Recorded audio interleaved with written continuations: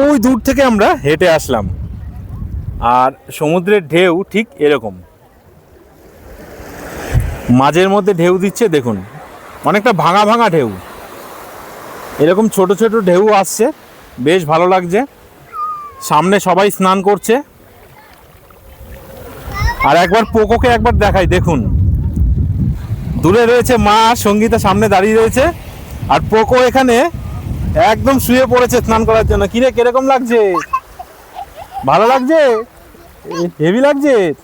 দেখুন কাদা মেখে একেবারে কি অবস্থা। এই ভালো লাগছে তোর? দেখুন একদম স্নান করার জন্য পাগল একদম।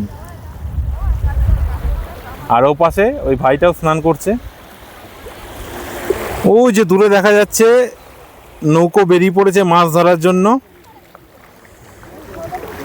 পরিবেশ খুব ভালো।